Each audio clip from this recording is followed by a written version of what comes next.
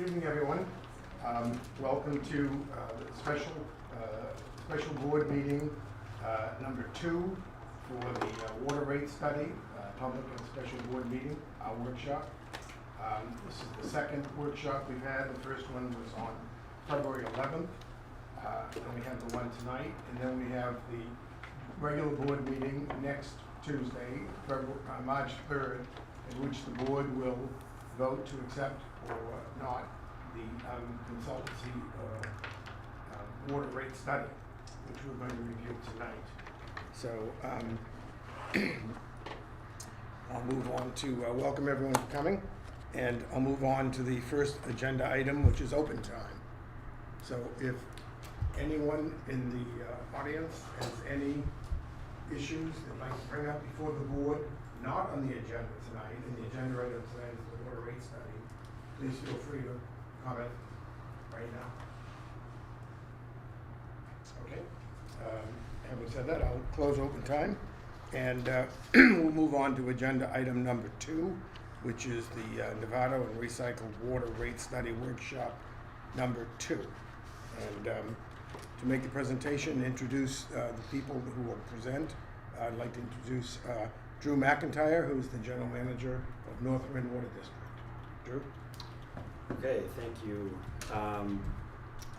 As President Jolly indicated, this is our second workshop, and what we're trying to do with these workshops is get as much information out to our customers so that they can better assess what the proposed rate structure will be and revenue increase. And again, after workshop number 2, then this item will again come to the board as a regular, the next regular meeting, which is March 3rd.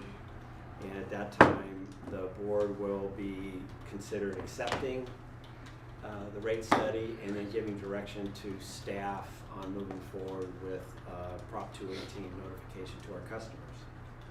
I want to provide some history again, similar to what was done with workshop number 1, just to remind the board and the public that back about a year ago in March 2019, the board approved an agreement with Hildebrand Consulting to prepare a comprehensive water rate study.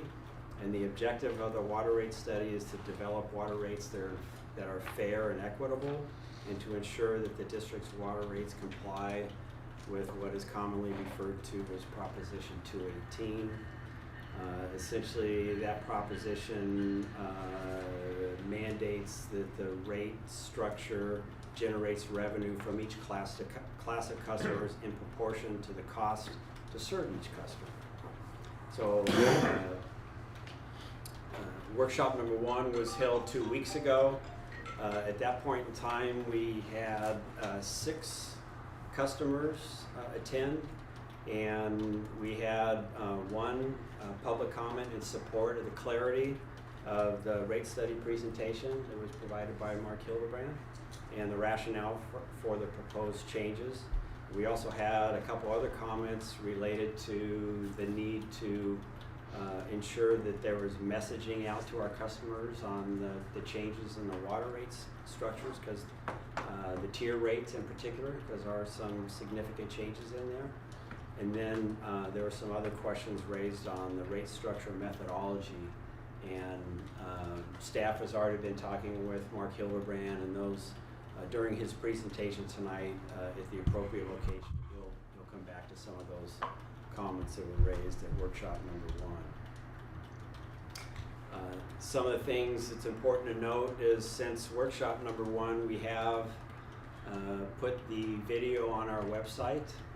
I want to thank again Nevada Television and Gino out here for doing a really good job, and other supporting members there on having that video available, and that's really beneficial for the customers that haven't had a chance to come to the workshop. They can view the workshop from home and hopefully get questions answered themselves, and if not, they can follow up with any questions with district staff.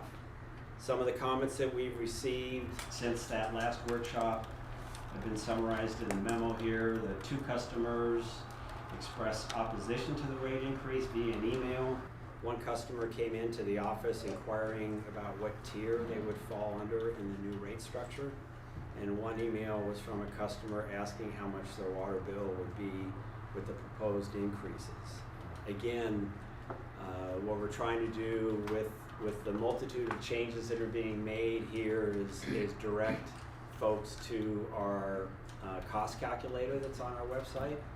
It essentially is customized for each individual user, where you can put in your own account information and then it'll calculate out what the impact is on your water bill. So we continue to encourage folks to utilize that for additional information on how it impacts them individually. So Mark Hildebrand will give a presentation similar to the one in workshop number 1. We do have Will Houston here that hasn't had the benefit of the original presentation, as well as Director Pettery.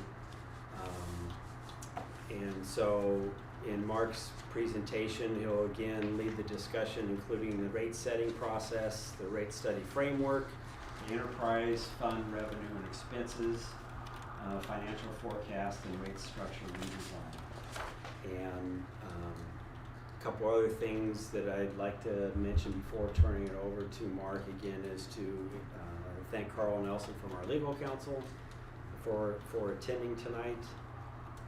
He will also be in attendance at our meeting a week from today. I would also like to again just review the outreach efforts that we've undertaken to date. Again, remind the board back in November of 2019, we included a notice in our fall water line about this water rate study process. It was mailed to all of our customers in our Novato service area. We also posted this information on our website back in November. In December through January, we added a message on all of our water bills about this process, including these dates. Again, that we're following here as part of the rate study and board action. We've had 2 articles in the Marin IJ. Thank you, Will. We appreciate that. The most recent one was actually a front page article, so that's really good to help get the news out to our customers. We also ran an ad in February in the Marin IJ. In February, we did an e-blast to over 8,000 of our customers that we have emails for. That's over well over 1/3 of our customers, and we had indication that we had about 3,300 hits on those emails. So people were clicking on that and opening up the link to our website. So that was really good customer penetration on that. And I want to point out that one of the things I think that North Marin Water District prides itself on is, again, are our rates fair and equitable. I want to remind the board that our rates are, even with these proposed changes, would be the lowest in Marin County, and that's both in the East Marin and West Marin water service providers, and we would still be right at the median of our 16 Bay Area comparison agencies that we commonly compare ourselves to. It's important to talk about what have we done to control costs. As I mentioned at the last meeting, over the last decade, we've reduced our staffing from 58 full-time equivalent to 54. We've done that while we have expanded our recycled water system significantly and added 17 miles of pipe, 2 tanks, went from 2 recycled water customers to 90 recycled water customers, and we've done all that with our existing staff without expanding staff. On the financing and grants side, we've been very successful in getting over $10 million in grants for our recycled water expansion from state and federal agencies. And we've also been successful in obtaining very low interest rates from the state. Some of our loans as low as 1% financing over 25 to 30 year period. So that's helped control those, have much lower financing costs compared to the regular market trend. And a common question is, what are we doing about pension costs? I want to again remind the board that in looking at the 2017 grand jury report and comparing North Marin against other agencies in Marin, that we were 39% below the average of all other public agencies in pension costs and 20% below the average of special utility districts. And then in closing, I just want to remind the board and the public that the district maintains almost $140 million of infrastructure and systems made up of pipes, pump stations, reservoirs, treatment plants, and over 27 fire hydrants. And some of these systems are over 70 years old. And you can see with the justification that we're going through the rate study, that it's really imperative that the district increase its reinvestment in order to ensure consistent and continued safe and reliable operation in a cost-effective manner. So if there aren't any questions from the board, I'd like to ask Mark to come up and provide his presentation. Mark, the last presentation you gave was around 30 to 40 minutes and going through the slides, and I'll leave it up to you a little bit in your subjective analysis there and going through it as far as the highlights to cover again as we go through it. Understood. I agree. Okay, let's see if we can. Did you want to hold questions to the end of the presentation? Yeah, I think it would be good just for the flow of information, given the complexity of the topic, to go ahead and let Mark go through the presentation, and that'll be good even for the video, and then we can come back to any areas of the presentation for questions and answers. Well, thank you for having me again to give this presentation. As Drew mentioned, this is largely the same presentation that was given previously. So there are a few slides in here that I think we can cover pretty quickly, and others that I would like to continue to detail, because I think it is the crux of what's being proposed, and important for those in the audience, new folks in the audience, to be able to absorb all that information. So as we go through this study, I'll first cover what the rate study scope was, the purpose of the rate study, and the areas that we were planning to cover from the beginning. And then I'll review the financial plans for both the potable water system, which we're calling the Novato Enterprise, and the recycled water enterprise. And then we'll cover the proposed rate designs and structural changes that are being proposed, and wrap up with the schedule. So in the rate setting world for water utilities, there's three major steps that are very common that you'll find amongst all rate studies. It starts with a revenue requirements, which is really a financial plan. It's looking at the utility as a whole and understanding all of the revenues that are coming in, all the expenses that are going out, and coming up with a financial plan that will allow you to continue to manage the utility in a responsible way by minimizing rate increases. Once you understand how much rate revenue is required through the financial plan, you move on to the cost of service, which is really the crux of Proposition 218. It's identifying the cost to serve your various customer types. In this case, it would be residential customers, commercial customers, recycled water customers, and understanding how they use the system and allocating cost to those customers based on how they use the system. And finally, the rate design portion is, once you understand how your customers are driving costs, you then design the rates in a way that will recover those costs, and you can make some decisions about whether you want to recover those costs through fixed revenue, through variable revenue, tiered rates, and the like.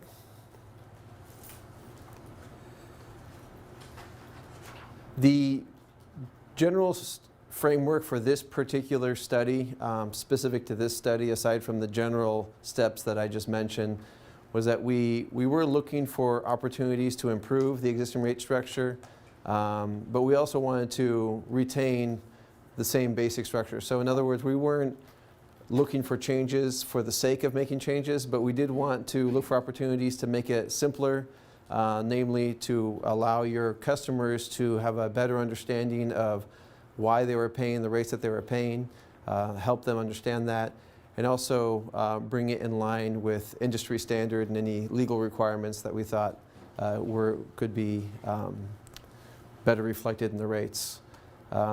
We also treated the potable water system as a separate enterprise from the recycled water system. This isn't really a change. That's how the district has been treating them, but just wanted to call that out, that we do treat those two different systems as separate enterprises. And finally, we wanted to ensure that all ratepayers were being treated equitably and that we are conforming with the cost of service requirements of Proposition 218. So this is a very relevant law that's been challenged a lot recently in the last 10 years. There's been a lot of changes in water rates in California because of Proposition 218. And so there's a requirement to understand recent case law and make sure that the rates that are being proposed are reflecting those evolving requirements. So first, to cover the Novato potable water financial plan, first we look at the reserves here, and without getting into too many details, the total unrestricted cash for the Novato enterprise is about $10.6 million as of July 1st, 2019, which is the beginning of the current fiscal year. There's some restricted revenue which comes from your capacity charges collected from developers. And then there's some receivables from the recycled water enterprise that we also keep track of. When we look at the revenue for the potable water system, the Novato enterprise, the vast majority of the revenue, so nearly 90%, comes from your rate revenue collected from your customers. Some of it is also collected through wholesale rates sold to other agencies. And then there's other miscellaneous revenue that comes through interest earnings and the like. The connection fees are revenues that come from your developers when new connections are made to the system. This is a particularly volatile source of revenue because it depends on how many houses are built or connections are sized up in a particular year. So we made some assumptions about the connection fee revenue for the course of the study. But those are the types of revenues that aren't going to be fully understood until that comes to pass. One thing that is interesting to note, as you look at the total rate revenue, it seems like a big number, $20 million. But when you compare it to the number of gallons that the utility provides to its customers, clean, reliable water service, it's 2.4 billion gallons of water that's provided to customers. And when you do the math, that comes out to less than a penny per gallon. And if you go into any grocery store and you buy a gallon of Arrowhead, it's going to cost well in excess of $1, maybe $2. So that's 100 to 200 times cheaper than the water that's purchased at a store. So it's a very relevant metric that is often overlooked by customers who feel like their bill is very expensive, but if they understood how much it was costing, I think that's an important thing for customers to understand. On the other side, the expenses, the largest portion of the pie here is your source of supply. So water is purchased from Sonoma County Water Agency, and that water comes via aqueduct. A portion of your water comes from there. Another portion is treated at the Stafford Lake. But the source supply is $6 million. Your water treatment at the lake is $2.5 million. And then the other big line item here is the transmission and distribution system, which is basically the infrastructure that brings all the water to your customers. So you see the total budget, including debt service, is $20.8 million. This does not include the capital spending, which we'll cover on the next slide here. This slide shows the capital spending for the district. It shows a few existing years or past years in fiscal 16, 17, and 18. It shows that a lot of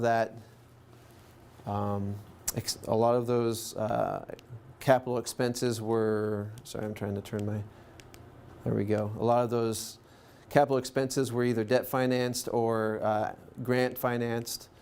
Going forward, that you will notice a increase in what we call pay-go capital spending, which means that it's being cash financed as opposed to debt financed. And this is an initiative that the district has taken on. It's historically spent about $2.5 million per year in pay-go, and it's aiming to spend closer to $4 million per year in pay-go in order to address aging infrastructure.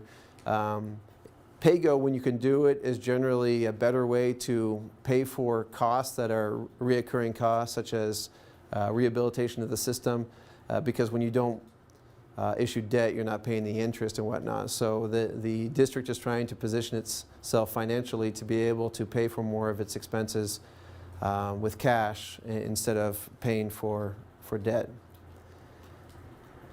Some of the notable projects for the next 5 years include a lot of pipeline rehabilitation, nearly $7 million. A lot of the system is aging. There's pipes out there that are over 70 years old, and generally pipes have a expected useful life. These days, new pipes that get put in the ground have an expected useful life of 80 to 100 years, perhaps, with the new materials. But back when these pipes were put in the ground, is much shorter. I'm not an engineer, but 50 to 60 years would be a typical expected useful life for pipes. So a lot of these have exceeded their expected useful life and need to be replaced. There's also a lot of, or not a significant amount, but there is a preventative maintenance program, which is detecting leaks and managing your assets. And it's important to note that preventative maintenance saves ratepayers a lot of money by being able to detect ruptures before they happen. When a rupture in the pipes occurs, it's a very expensive emergency response that needs to happen, where the pipe needs to get dug up on the spot. You throw basically a Band-Aid on it and you bury it again until you can fix it with a longer term solution. So preventative maintenance, to get out there and make sure that you fix the pipes before they rupture, is a cost saving measure that's very important and that the district's taking very seriously. This building, the administrative building, it has also exceeded its expected useful life and needs to be replaced. And the district is interested in taking advantage of current very low interest rates in order to debt finance that expenditure. That also includes a replacement of the laboratory, which needs to be upgraded. There's also some storage tank and pump station rehabilitation that needs to take place. So I covered a bit of this already, but to sort of recap the capital spending, the biggest line item is this building, the $15 million expense for the administrative building. There are elements of the building that are not disability compliant that need to be addressed. The laboratory is dated and also needs to be updated. And we're taking advantage of low interest rates before they go up and make that a much more expensive endeavor. We talked about the repair and replacement and how the pipelines are sometimes, some of them are over 70 years old. And the third point that I did not talk about is that the district is spending money to upgrade some of its capacity in order to meet some fire flow requirements, particularly given the recent fire events. I think it's ratepayers are cognizant of the importance of making sure that the system's prepared to deal with fire events. Switching gears here a little bit, part of the financial plan involves looking at the reserves. I mentioned earlier that the Novato enterprise has about $10.6 million in cash reserves. The target for those reserves is expressed here. So there's various reserves built into that.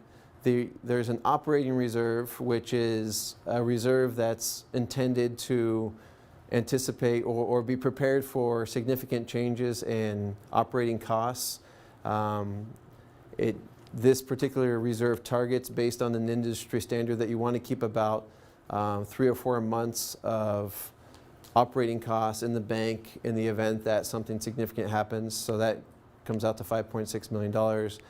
There's an OPEB reserve, which stands for Other Post-Employment Benefits, which is really a liability based on future employment benefits that that the district will have to pay.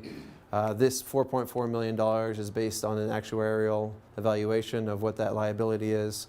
And then a separate evaluation by financial advisor found that the district has other liabilities that amount to about $2 million, and that it would be prudent to keep a contingency reserve in order to be prepared for those liabilities coming up. So these are what we are calling minimum reserves. So in other words, over the course of the financial planning period, we never want to go below the sum of these 3 reserves, which is $12 million. So we don't ever want to plan to go below that number. It may happen that something will come up and you'll drop below that $12 million.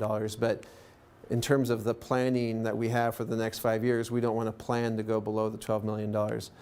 On the other hand, there's a different type of reserve that we're calling the Maintenance Accrual Fund Reserve, which is really designed to address the fact that the capital spending, as we showed earlier in this slide, you can see the capital spending is very volatile. From one year to the next, it may be as low as $1.5 million to as high as $10 million. Now, that includes debt financing. If you look at the cash financing, you can still see that there's quite a bit of peaks and valleys. And so the purpose of that 4th reserve is to address the fact that some years you're going to be spending more and other years you'll be spending less. And so you can draw down on that reserve during the high years and build up on the reserve during the low years. And so the reserve target for that is $4 million for a total of $16 million in your reserves as a target.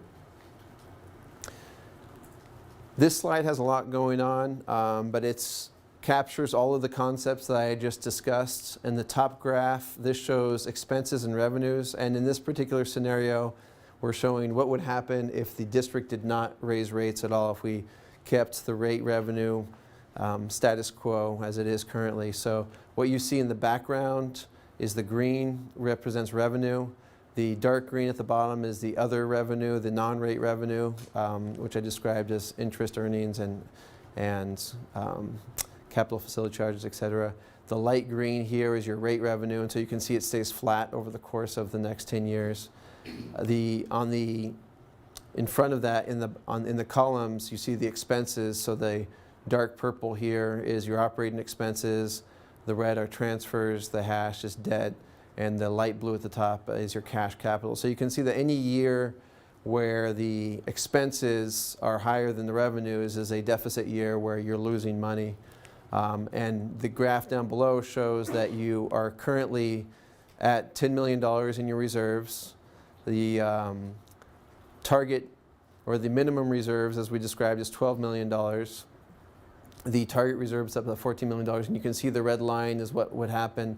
You would quickly plunge below zero by 2024, and you'd be significantly in the red after that.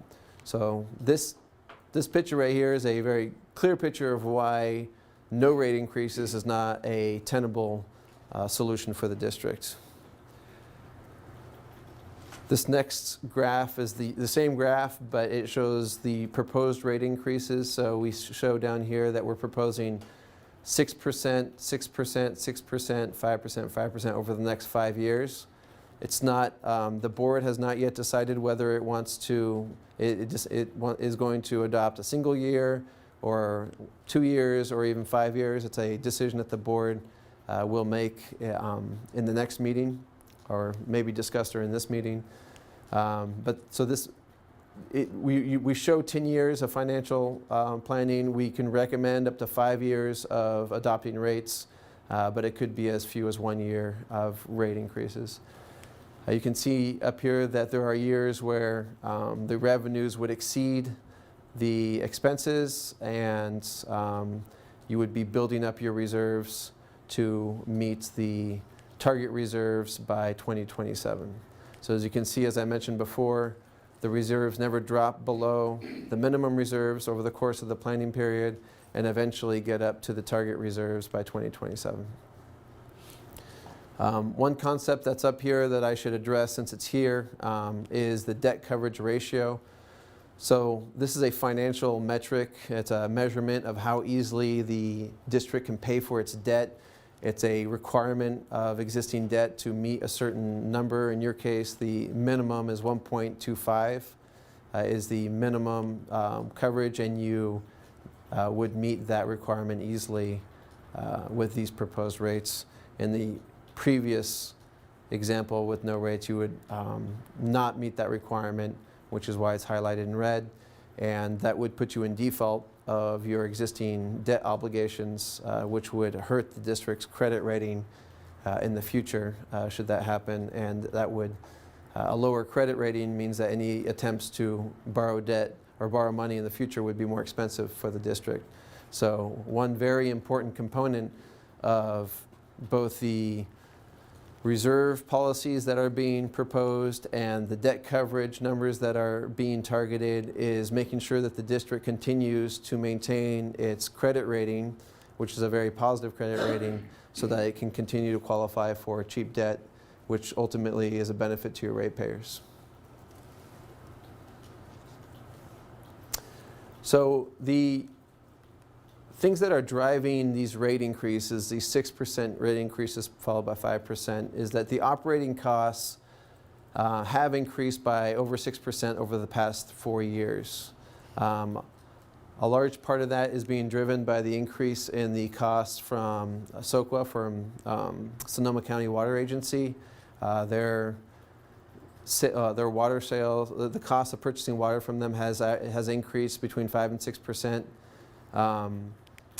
Going forward, your costs are going to continue to increase with inflation. We generally assume that most of your costs will escalate at a rate of 3%, which follows the general CPI or the Consumer Price Index. But your water purchases are known to will increase by 5 to 6%. And this is a forecast that's been provided by the county.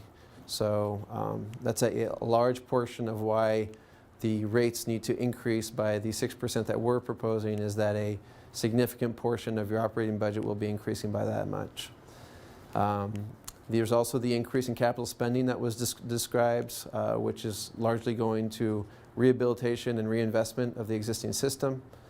And if these changes are not made, then expenses will continue to rise above your revenues, your debt coverage ratio will fall below mandated levels, your reserve levels will fall, and your district will be unable to fund those rehabilitation projects, which will mean that you'll have an increase in the number of ruptures, and the quality of the water service to customers will be impacted.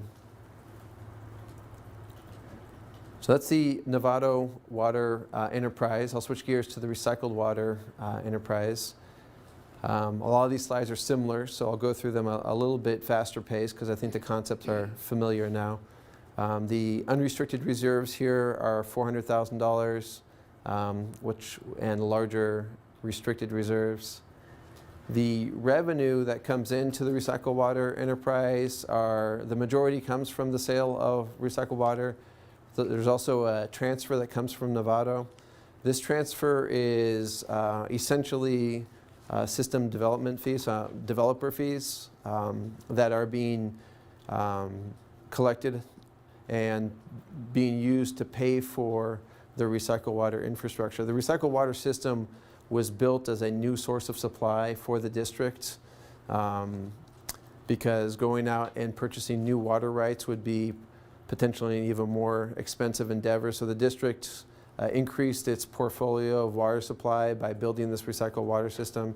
And so developers, as they join the system, the revenue collected from developers, which is intended to expand the system, is being used to pay for that expansion of the water portfolio. On the operating side, the vast majority of the expenses for the recycled water system is the debt service. Because this system was created very recently and it was created through the issuance of debt, most of the costs fall under debt service. There's also transfers out that need to be made to other agencies, member agencies that participate in the recycled water system, and other operating costs. The capital spending on the recycled water in the future will be minimal, really just sort of routine maintenance projects, about $100,000 per year. You can see that the vast majority of capital spending is in the past, and this was for building that system. A good portion of those costs were paid for through grants, and then the other portion was debt finance, which is why the debt service expense is currently so large. But going forward, new capital spending will be minimal. The reserves for the recycled water system, there's only two in this case. There's the operating reserve, the same idea. It's got 4 months, which is of operating costs, which is about $175,000 currently. And then the capital reserve fund, which again is designed to address volatility in capital spending and also provide emergency funds in the event of asset failure, and that amounts to $474,000. So here's the financial forecast for the recycled water enterprise. You can see that there's the forecasted fund balance is very, very straight here. And the rates are identical to the Novato system. So the reason that this is so straight is because the recycled water fund is calibrated to some degree to correspond to its costs, its revenue requirements, and there's a transfer that happens with the Novato water system, which is that transfer is calibrated in order to meet the recycled water needs to pay for using that the developer impact revenue to pay for the debt service. So switching gears to the cost of service and rate structure, just as a refresher, the existing rates for potable or for all your water, there's a water usage quantity charge. So this is basically the rate that's paid depending on how much water is used. Residential has 3 tiers. Tier 1, 2, and 3. Commercial has seasonal rates, so a summer rate and a winter rate. There's a uniform raw water rate for customers that just take raw water from the lake. There's the recycled water rate. There's an elevation surcharge for customers that live higher up on the hill because it's very expensive to pump water up a hill. It's very heavy and takes a lot of electricity and pump stations and infrastructure. There is a drought surcharge that the district adopted previously, which was not addressed as part of this study.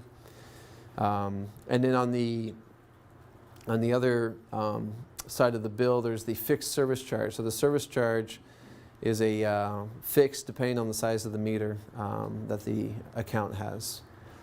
Other charges include a fire service charge for maintenance of fire service lines, of private fire service lines, and a couple of other fees that were not addressed as part of this study. So here we're going to talk about how the tiered rates and the seasonal rates, the difference between tiers 1, 2, and 3, and the summer rates and winter rates, how that was derived. So we start by explaining that the district has 2 sources of water. It's got the Sonoma County Water Agency water, which is about 75% of the water that is used in its portfolio. It varies a bit, as you can see in this graph, but generally speaking, it's about 75% of the portfolio. Then there's also the Stafford Lake, which the district extracts water from the lake, treats it, and then provides that to customers. The Sonoma County water comes from an aqueduct, and that water is already treated, so no additional treatment is required. The more expensive water of these two is the Stafford treatment. The reason for that is essentially comes down to the source of the water supply that the county has access to comes from a supply of water that doesn't require a lot of treatment. And then there's also just efficiencies of scale. That system is very large and it can provide a lot of water. The Stafford treatment plant is relatively small, particularly compared to the county system, and the water needs to be treated to a certain level.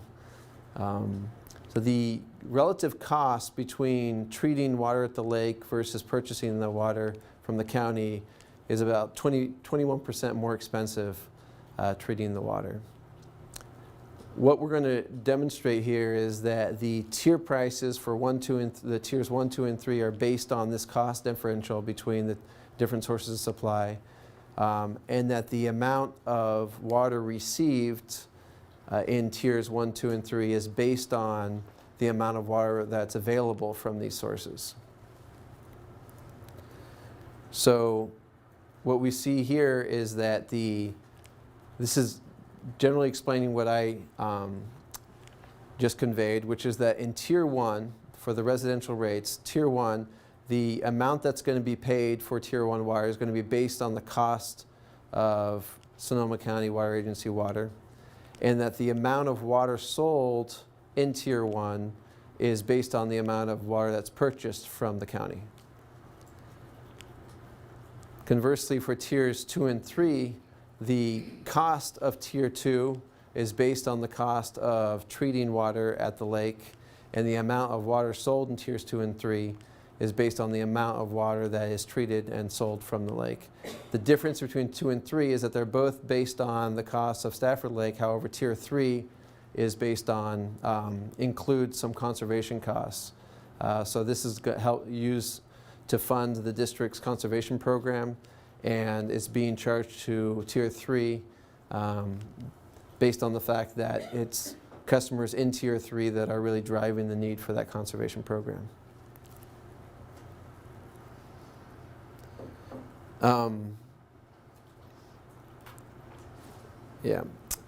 The elevation zone charge, the rates that are being proposed are very similar to the rates that are currently charged. We simply updated these numbers based on new operating costs and new data that we have for the cost to pump water. But ultimately, there's not really a significant change that's being, structurally, there is not a change being proposed, and the amount that's being charged is just a bit more.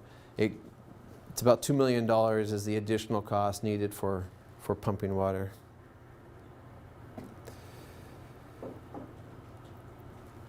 The proposed equivalency schedule, so this concept is, so on the fixed meter charge, as I mentioned before, the fixed portion, you pay more depending on the size of your meter.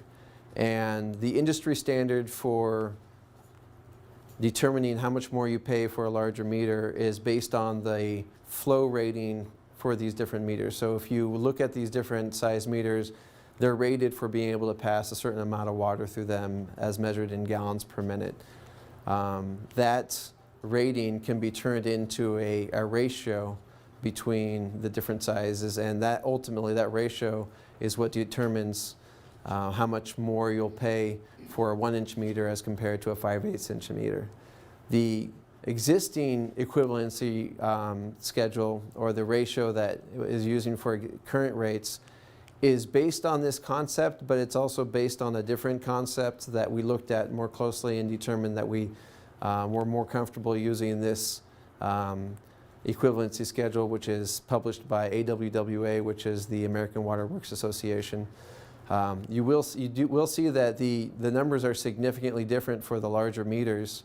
The proposed schedule goes from 1 for the smallest meter to 65 for the largest meter, and the existing starts at 1 and goes to 37. So the impact of this change is that the larger meter customers will be paying significantly more on their meter charge than they have previously.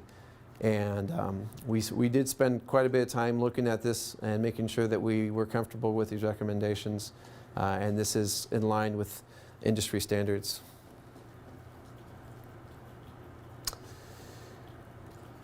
This particular graph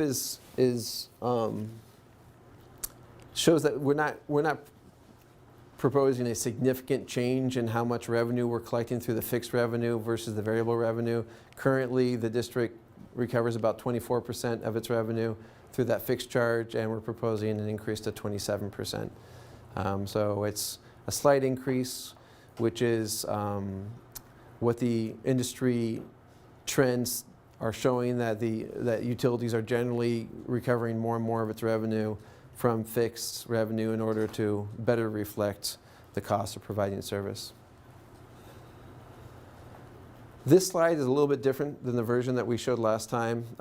Previously, I only showed the pie charts at the bottom, and I realized that was a little confusing. So what I did is I included these top pie charts. So what this is showing is how much water is being sold in each tier. So in the current tiers, so this shows the tier allocation that is the current tier allocation and the proposed tier allocation. So right now, tier 1 is up to 615 gallons per day. Tier 2 is 615 to 1,845, and then tier 3 is everything above that. The proposed tiers are significantly lower. So tier 1 only goes to 262 gallons. Tier 2 then goes up to 720, and then tier 3 is everything above that. A comment was made during the previous meeting. One of the comments that was made was that these tiers, the current tiers, were based on the customer behavior and the peak usage. I'm sorry, can you remind me? Average day peak month was the basis for this 615. So it was really looking at customer behavior and determining a tier allocation based on how customers behave. And what's being proposed is a completely different concept from that. What we're proposing is that the tier allocation should not be based on how customers behave. It should be based on your water supply, because there needs to be a cost basis for why you charge what you charge. And there's really no correlation between your costs and the way that customers behave. It's more about how much water do you have available at tier 1 costs. And so this 262 gallons per day results in about 74% of your water being sold in tier 1.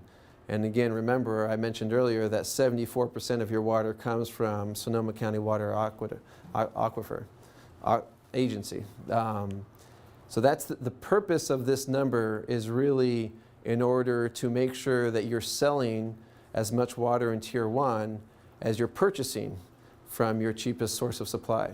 And that's where you see the 74. Currently, you sell 93% of your water in tier 1.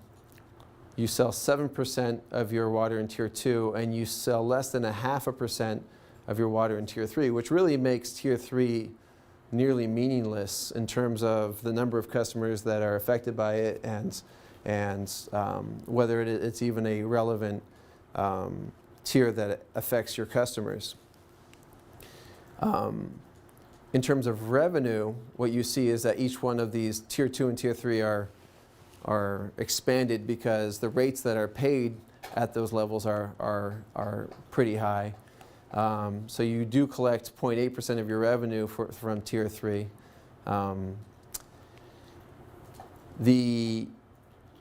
amount of revenue that we're proposing, that with the proposed rates would be 5% of your revenue would be collected through Tier 3, about 29% of your revenue through Tier 2, and 66% of your revenue through Tier 1. So again, to back up, the current rate, the current tier allocations were based on the concept that we want the tiers to be a reflection of how much water customers need or how much they currently use, whereas the proposed method is more in line with Propositions 218's requirement that your rates have a cost basis and that they're aligned with the cost of your water supply.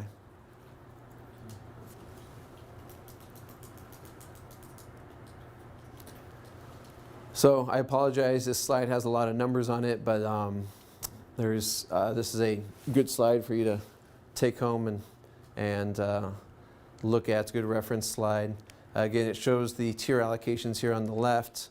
We're reminded that the summer rates are July, August, and September. The current summer rates are currently June, July, August, September, and October, so significantly more months.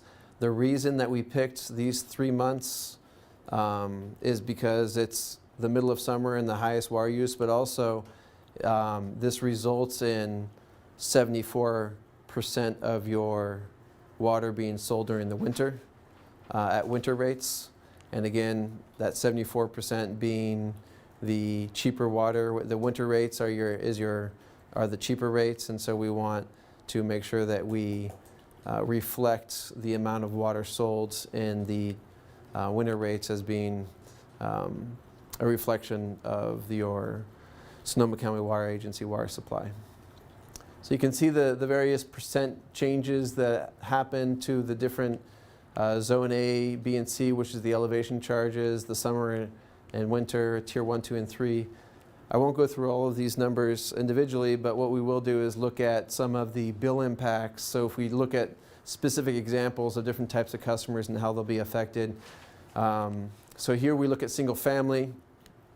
56% of all accounts have the smallest size meter, so the 5/8 inch meter. If we look at a median customer, so a customer that uses about 14,000 gallons every 2 months, their bill will increase by 7.7%. Now you'll see that everybody has a different impact to their rates. Some are above the 6% rate revenue increase that's being proposed, and some are below. The reason that's happening is because of all the structural changes that have just been described. There's changes in the allocation of how much water you get in tiers 1, 2, and 3. The meter charge equivalency schedules change, and so all those things have a pretty complex impact on different customers. And so you can see how it affects different customers in different ways depending on how large their meter is and how much water they use. You can see multifamily customers generally are going to see below average increases to their rates. And we'll also take a look at commercial.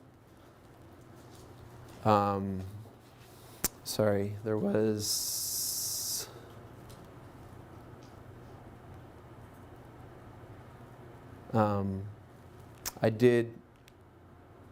where was the change? It was on the slide. It was on the high use, these numbers. I just want to point out that on the high use percentages here and here, in the previous presentation, the numbers were incorrect.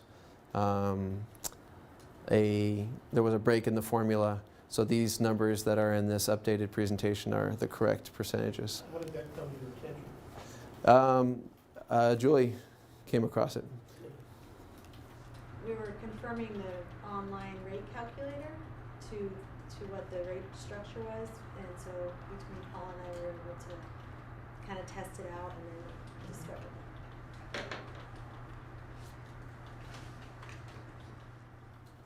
And to be clear, those numbers didn't have any downstream effects on any of the other rates or any of the analysis that didn't change any. It was just this particular table was incorrect, but it didn't affect anything else.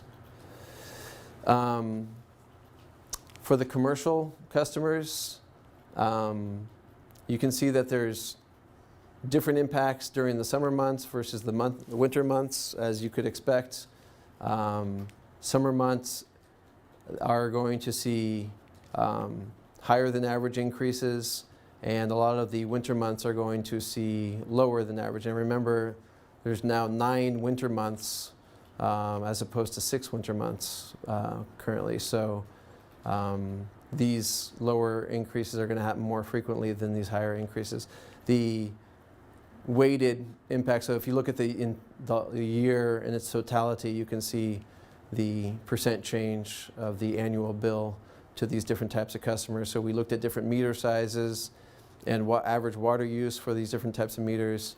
Commercial customers are very heterogeneous in terms of there's some small meters with very small usage, there's or small meters with very large usage, there's some large meters with, so the behavior of these types of customers is a lot harder to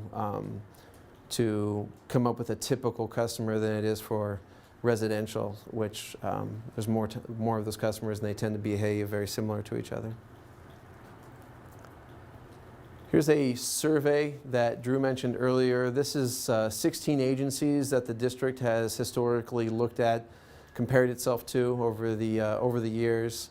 And you can see that the current rates for North Marin puts you right in the middle of the pack, and that the proposed rates, this is for year 1 after the 6% rate increase, would keep you ranked in the same spot, right in the middle of the pack.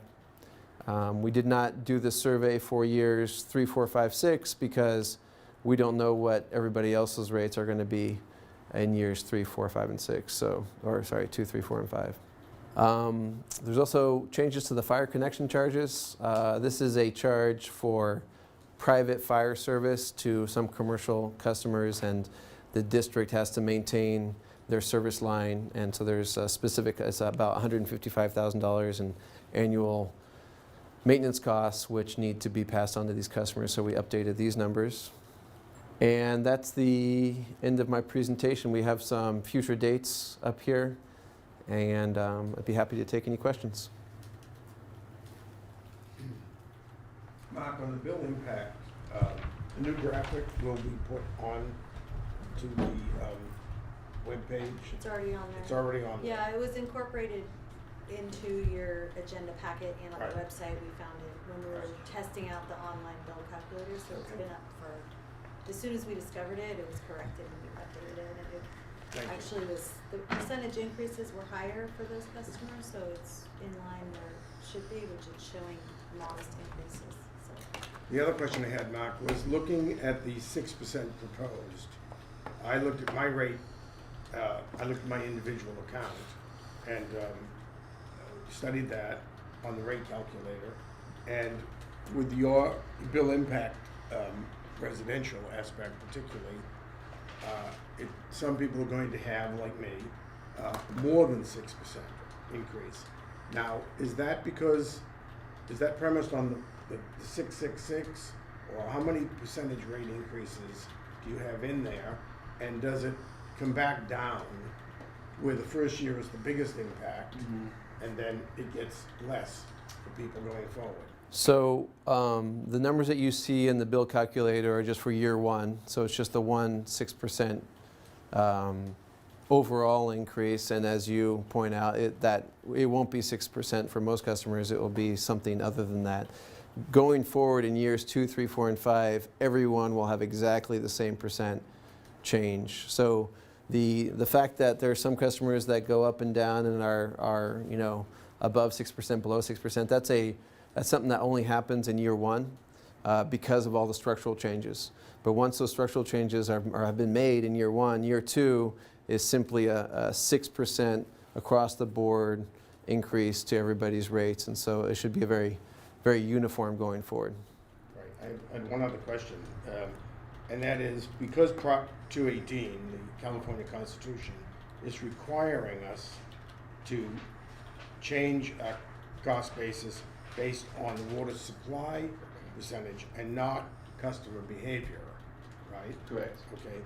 Do we have some customers that are going to be unduly impacted compared to their historical use that we've contacted, or maybe can discuss with them the impact initially? Well, we've, again, as Mark had indicated, everybody's individual account,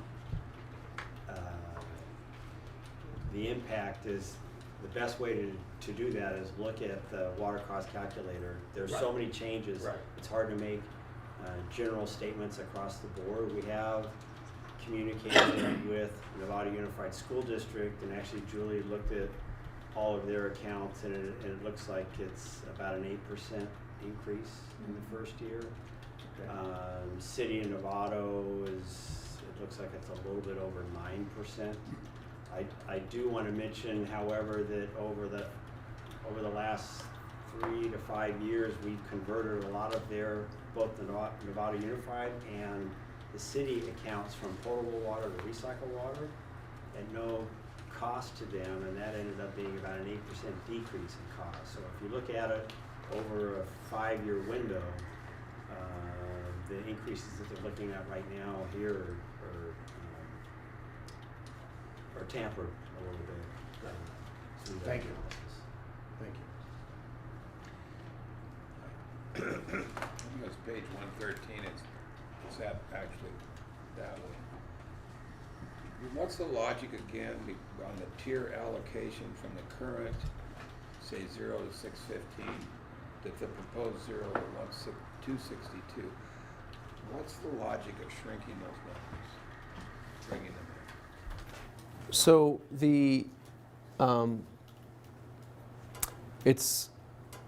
you don't want to try to understand why we're going from 615 to 262, because it's two completely different ways of thinking about it.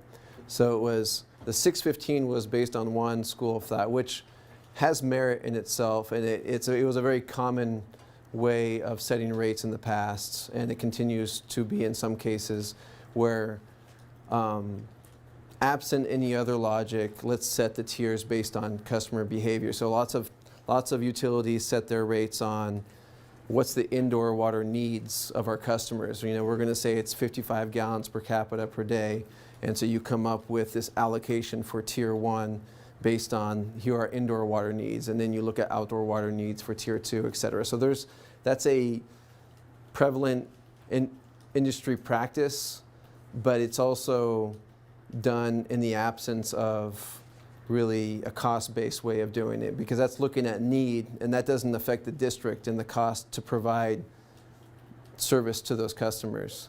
The paradigm that's being proposed is that the 262 gallons is actually, we backed into that number by saying, okay, if we set the tier 1 at 262 gallons per day for customers, that's going to result in us selling 74% of our water in tier 1, which is how much of our water we purchase from SCWA. So if I change that to 300 gallons per day, then you'd be selling 80% of your water in tier 1. Or if I moved it down to 200, you'd be selling much less. So it is basically calculated in order to result in a certain amount of water being sold in tier 1, so that you could say, here's the cost for tier 1 because this is how much it costs to purchase water from the county, and here's your allocation because we want to sell as much water as we're purchasing from them in this tier 1. Does that make sense? Sort of. Mark, can you also just go over again how the tier rates change themselves? Right, so the tier rates themselves change. I'll go to this slide again. So the dollar amounts, go the percentage, like the tier 1. The tier 1 rate now is going up 1%. So if you stay within that tier 1 rate from 0 to 262 gallons, that increase in that tier is 1%, not 6% or any other number. It's 1%. So can you just go over Sure. Yeah. different rates. Yeah. So when we're looking at residential, and we'll just focus on Zone A, the current rate for Tier 1 is $542. We're proposing $550. Now again, this $550 is based on the cost of purchasing SCWA water. That's what this unit cost represents. We're essentially saying, what does it cost to purchase SCWA water? How much of that water are we selling in Tier 1? And we divide one by the other, and it gives us a unit cost for how much we want to, how much we can charge for Tier 1. The result is that this is only a 1% increase for Tier 1 water, so it's essentially not changing. We're charging customers basically exactly the same amount for Tier 1. So the vast majority of your customers, most of which stay in Tier 1, will continue to stay in Tier 1, will really not see any change to their Tier 1 rate in year 1. Okay. Tier 2, it's significantly lower. We're proposing $6.23, and the current rate is $8.64. So it's actually a 28% decrease in Tier 2 and a almost 50% decrease in Tier 3. The reason we can do this, or the reason that it works out this way, is because we're selling less water in Tier 1, right? So customers are moving into Tier 2 faster because they don't get 615 gallons, they get 262 gallons. So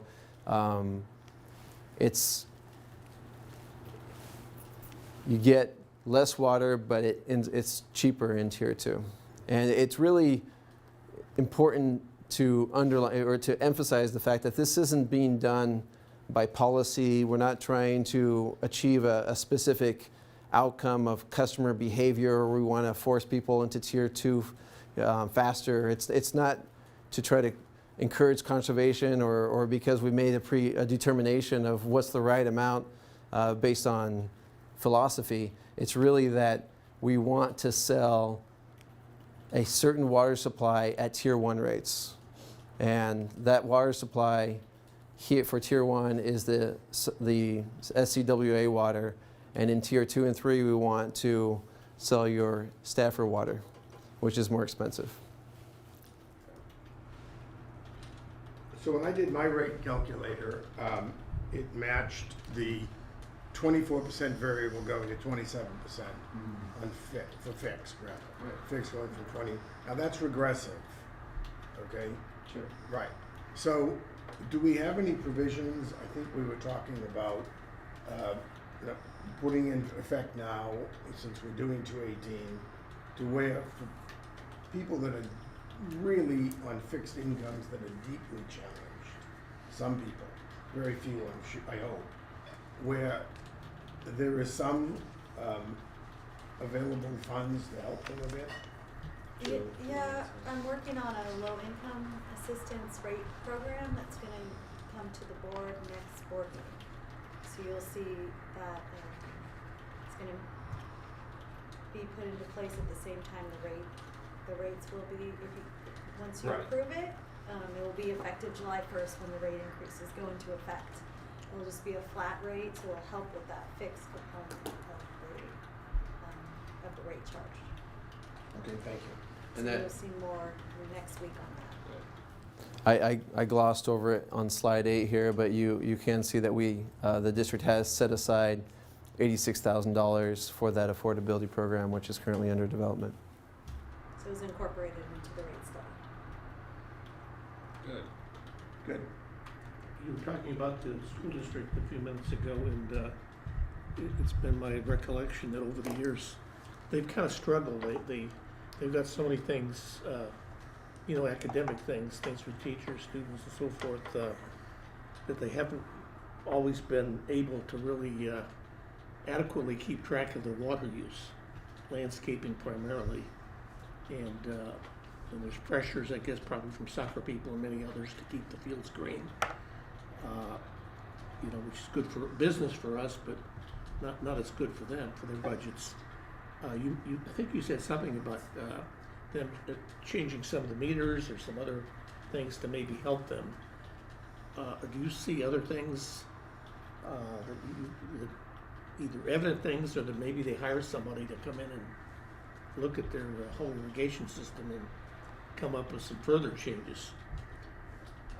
That's always possible, just to look at their efficiency of use. I mean, the other thing that we've acknowledged is they could look at their individual accounts, and if some of the meters are actually larger than they need to be, that the meters can be downsized, and that would benefit them in terms of the cost. So that could be done on a case-by-case basis. But you kind of want them to take the initiative. I'm not trying to run the business, but just based on past experience and a large amount of hearsay, that it just hasn't been a priority for the school district. And not just Novato, probably all the school districts, the same thing. But I think the good news is a lot of their larger accounts, like Olive School,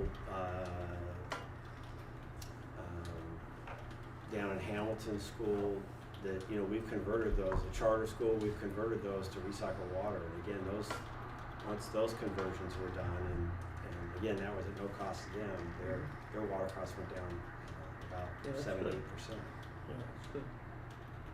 What about IBC, the College of Brad? They've undergone a number of changes, and I believe some of you may know, I guess they're still doing a lot of major changes with their plans for new buildings, removing, replacing, upgrading. They don't have a whole lot of landscaping out there, I think. But do you have any sense that they're trying to take these sort of things into account to better monitor their water usage? No, I mean, as you well know, they're going through major renovations and expansion there. And so when all those buildings are remodeled, and just the plumbing efficiencies should make a big difference in the amount of water that they're using compared to the old plumbing fixtures. Am I correct? They really, I've gone out there occasionally, not frequently. They don't have a lot of landscaping. Correct.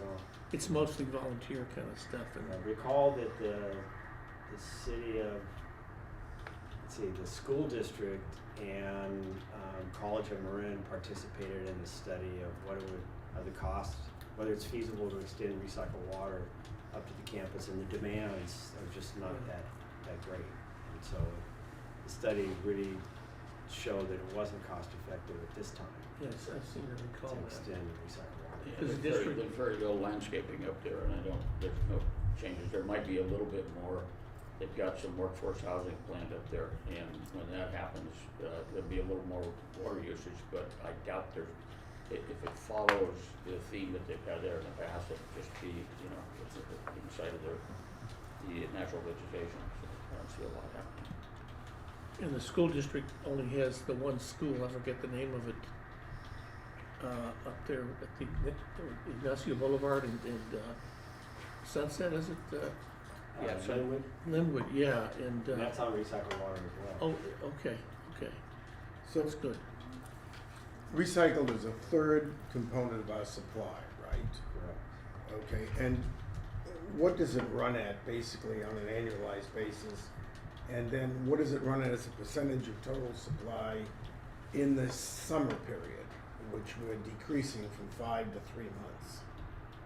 Well, to answer your question, as far as annual, right now it's about 7% of our supply. If you look at peak summer demands, Right. it's at least 12, if not more. And as I've reported before, it's equal to and starting to exceed 1/3 the capacity of our Stafford treatment plant during the summer months. So, as you can imagine, most of our recycled water is for large outside landscape irrigation. So most of that use is during the summer months. However, we have been really successful in now getting some customers in car washes. We have 3 car washes here in Novato. So those are year-round customers. But for the most part, the bulk of the recycled water demand is in that summer, and really helps significantly de-peak Sure. the demands that we need from not only Stafford but also Sonoma County Water Agency. Yeah, that's great. And I know we're treating the Nevada Potable Enterprise and the recycle as separate entities, which we've done historically. But Stafford Lake is 21% more expensive water than SCWA. What is recycled as a cost structure compared to those? Roughly. I don't, Julie, you remember the cost offhand? You No, know, I it don't. depends on the year-to-year production. And Mark, I don't know if you happen to have that. Yeah, I mean, it comes out in the rates that are shown here. So you can see that the recycled water rates are $6.24 per. It's $6.24. It's a uniform rate, and so you can see how that compares to the different tiered rates here for Zone A. And then the recycled water meter charges are slightly more expensive. So it's a slightly more expensive source of water in general. However, these customers use a tremendous amount of water, right? So if they were normal customers, they'd be up in Tier 3 right away, and they'd be using all their water during the summer, right? So they'd be, actually the better comparison is if you look at the summer rates for here, so the 767 is the better comparison. So it's a little bit less expensive, but so these customers would be paying, are saving a lot of money by being recycled water customers. And they'd be in Tier 3. because they'd be paying primarily summer rates, right? Because that's when they use their water. So they are saving money by being recycled water customers. Absolutely. Right. But we're also bringing on an additional supply, and they're massively volume based, right? So it's a benefit to us as well in that. Right. So it's a mutuality of benefits. Absolutely. And there's, the recycled water program as a whole provides a lot of benefits to the potable water system. Right. Because the more customers you can put on recycled water, the less water you're using at Sonoma County Water Agency and at Stafford. And, it's delaying the time when you're going to have to go to yet another source of supply once your capacity to purchase water from the aqueduct and to treat it at the lake reaches its limit. You would have to go to your next source of supply, which could be significantly more expensive. So that recycled water program is part of a larger portfolio, and so there's a lot of benefits that get conferred to the potable water system by having that recycled water Well, system. that's what I meant by mutuality of benefits. Yes, exactly. That's what it means. Yes. Okay. Thank you for that. At some point, we're going to have to decide how long the period of time we're going to use in looking into this, and how comfortable are we with the financial forecast with this? Because we're starting out with 6, ending up with 2% way down the other end. I don't see us going out that far because things do change. But at what point do you think we could have some confidence in the numbers? Right. So the standard period of time is between 1 and 5 years. I never go beyond 5 years because, in particular, the capital spending. Inflation. Who knows what's going to happen? But I'm more confident in inflation than I am in the capital spending program because a lot can change in terms of the infrastructure needs and whatnot. What gets built, what doesn't get built, what falls apart. I would never propose rates beyond a 5-year window. Generally, 5 years is the most typical period of time that is implemented, but some agencies do it 1 year at a time. So it really depends on the agency's comfort with taking on longer-term projections and also the desire to go through the 218 noticing process, which you'd only have to do once if you adopted for 5 years. You'd do it more frequently if you adopted for a shorter amount of time. So I have some thoughts on this, just to remind the board that a week from tonight, we'll be having this back as an action item to accept the report and then to give direction to staff. And that's really, that's the time where the determination should be made about are we doing a 1 year or multiple year rate increase. And I just want to remind the board that we historically, at this time of the year, bring to the board a 5-year financial plan. And we show what we're projecting for rate increases over the next 5 years. And the board directs staff to move forward with the first year. And that's been our standard practice, and we do our notification to our customers. And for me personally, I see, even though we accept this study that's a 5-year rate study, it's very similar to our previous internally prepared 5-year financial plans. And I don't see any reason to deviate from our historical practice where we still do this on a year-to-year basis. I personally think it's good for communication to our customers. It's a standard practice that we've done year in and year out, but at the end, the board will make that decision. But I just wanted to give you my perspective. And thank you for that. Sonoma County Water, which is our largest line item on expense, what are their projections for our wholesale costs? 5.5%. No, 7. The actual budget came out, Oh, and I'm we've sorry. been, and I 5.2. believe it's at 6.79%. You're talking about the Sonoma County Right, Water Agency right. What are they gonna increases? start, what are they gonna be charging us? I believe it's 6.79, but I can double check. And So is it's that, more than 6. so it's between 6, closer to 7%, and that's per year, and that's, how long are they proposing that? That's just this Think we- next year. Just the next year. So One one year. their projections in the past have been between 4 and 6%. Right. This year it came out higher than 7% when we first started reviewing the budget. Right. We went through the review process. We're now down below 7. And next year they'll come out with their projections. So they haven't projected out further with any specifics. So we'll go through this process again next year. Mark is looking kind of stunned. Well, we hadn't talked about that, but it's, I did bring it up to Mark at some point, like this variable could be higher than the 6% Sure. built into this. Yeah.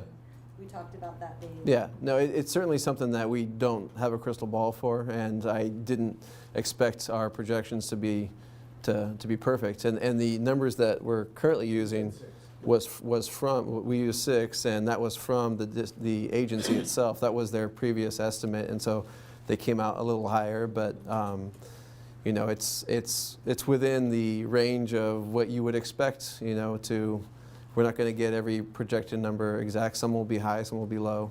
So I don't think it's going to affect our results at all or our recommendations.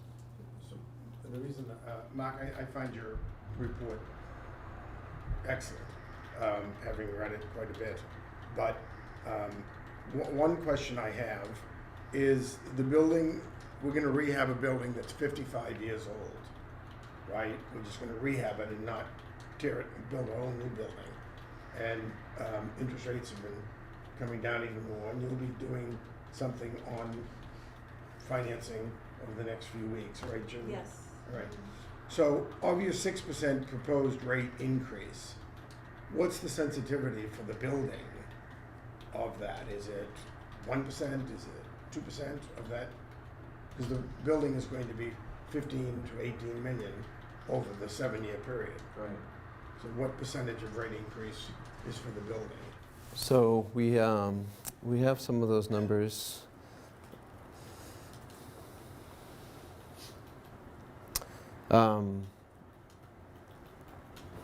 I guess it's not in this. I think it was The- was it a 1%? It was 1%, but was it 1% for 5 years? That's what I That's what I remember as well. So the increase that we calculate, we asked ourselves this question last month, is that it represents about 1% five times. So the rates are 6% instead of 5%. Right, so your proposal over the next 5 years is 3 6% rate increases Right. and 2 5% increases, right? That's what your consultancy is proposing to the board. Right. All those 6 and 5s, 1% will be for the building. Exactly. So if the building were not to be built, it would be 5, 5, 5, 4, 4. Right, but it's a 55-year-old building, and we depreciate capital assets over how many years, 40? Depends on the type of asset. And how about this capital I asset? don't know. It's 40 to 50 years. Right, 40 to 50. So we've already depreciated the building. Yes, absolutely. Great, okay, so it's lived beyond its useful depreciable life. Yes. And it's a workplace safety and a productivity reason for doing this. Make it workplace safe for customers and our staff, and also increases productivity by having better lighting and stuff like that, right? So, it's Doubles the size of our lab, That's too, right. which is sorely needed. right, right. So it's It a clear includes- payback. It includes standby power for loss of power, which we're experiencing more frequently. Allows us to continue to operate with the generator. Right. As he was saying before, brings us up into compliance with ADA for not only our customers, but also, you know, any staff members that we might have working here. So yeah, there's a multitude of reasons. And as you say, it's a renovation of the building, it's not a tear down. Right, exactly. That's great. Does that anyone have any factor- questions? Yeah, Um, does that factor in the all the phases of the building? Is that included? This here in the first 5 years factors in phases 1 and 2. Okay, so 3 is our Is a future, fallback, right? I mean, we could build the rest of it without having to scrimp on the building. We could build it without a roof. One other question, how do we factor in and relate to the West Marin fees with this? I mean, this basically gives us the guidance in doing that, but, you know, the costs are all different out there, and that's really not in this whole study, correct? It is not, and so currently we're working with Mark on a scope of doing a West Marin rate study. Okay, it'll It'll be, be separate because it has its own, all of its own variables, and there's right, no, that's, that. track it separately, and we just kept this out just to kind of get the bulk of our system evaluated, and we'll be looking at that in the next fiscal year.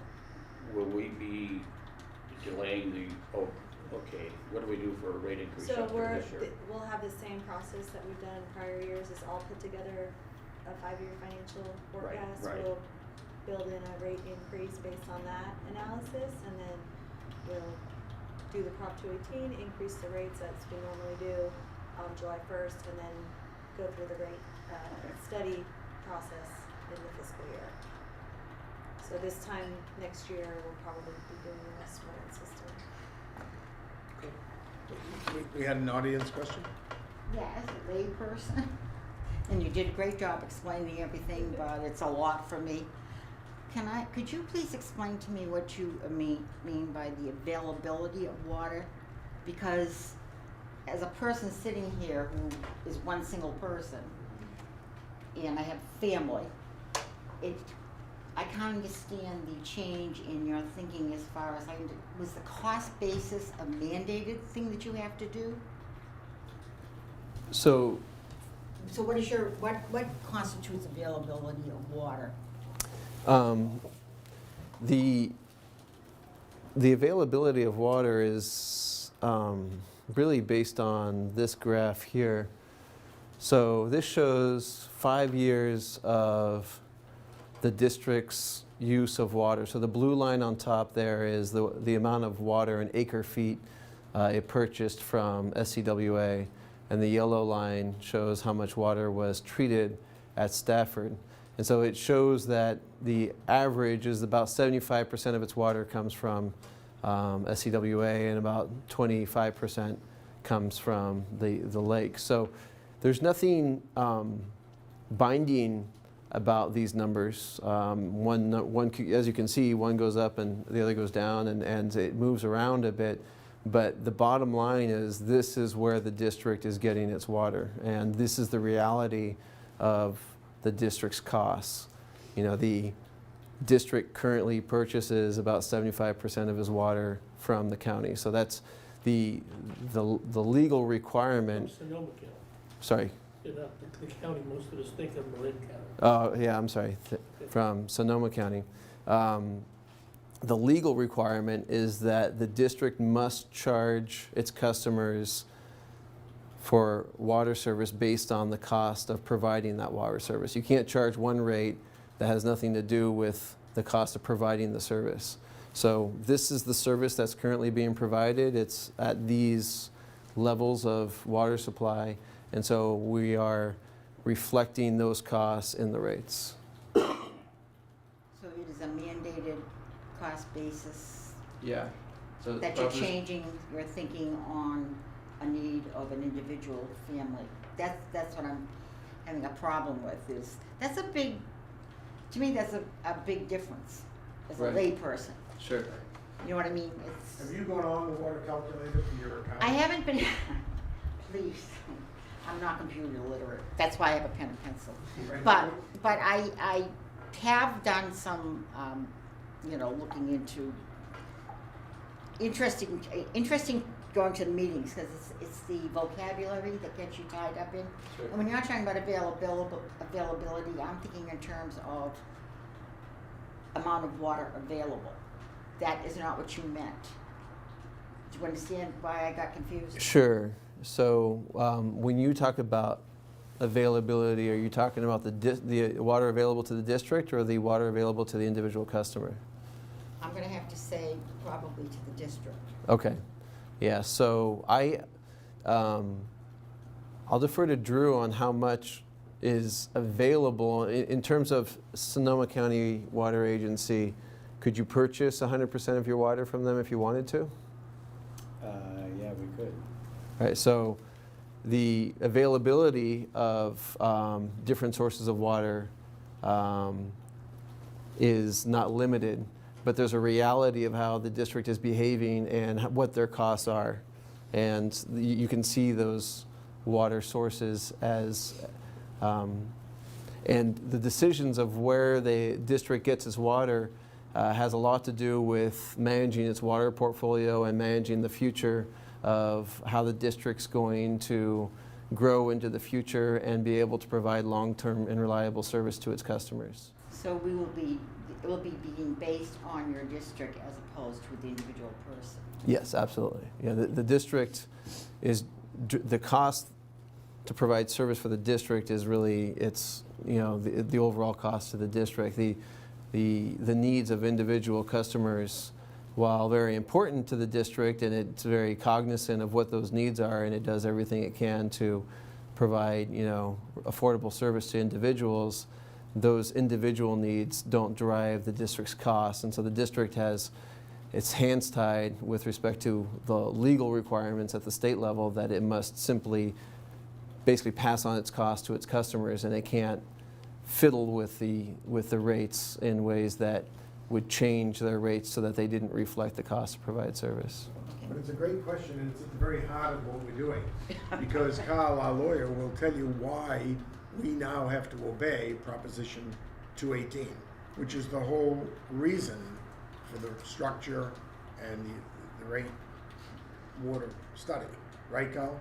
Yeah, that's correct. I mean, I could give you a 25-minute talk about it, but the short version is one of the things that the state of California decided was important to do is to try to encourage conservation by having tiered water rates that go up and in effect penalize the higher water users to try to encourage them to use less. A decision came out down in Orange County, city of San Juan Capistrano, that said you can do that, but you have to make sure that each tier is bearing only the costs that are associated with service to that tier. So the tier 1 would have to pay tier 1's worth of service. And that's why the 74% and the 26% is so elegant, because 74% of the supply comes from Sonoma County on average, and so you precisely link that number to the first tier. And so that's elegant in its simplicity, if I will. But so that was a big change, because the state was trying to say, for example, you want to have your commodity rates going up and penalizing people, and this court said, no, you can't do that. You can do that only if you can establish a cost basis. Okay. And the strongest way to link the cost is when you have different sources of supply and track those costs and allocate them based upon usage. Well, I So still think- that's it in a nutshell. I still think there's gonna be a problem with the lay public understanding the fact that going from me being a one person to my children who have 4 and 5 children is gonna be a very difficult thing to realize and to factor into it, and that's why I asked for the clarification, because I wasn't understanding it. Yeah, absolutely. These are all very good I questions. just moved here, so I'm not used to your,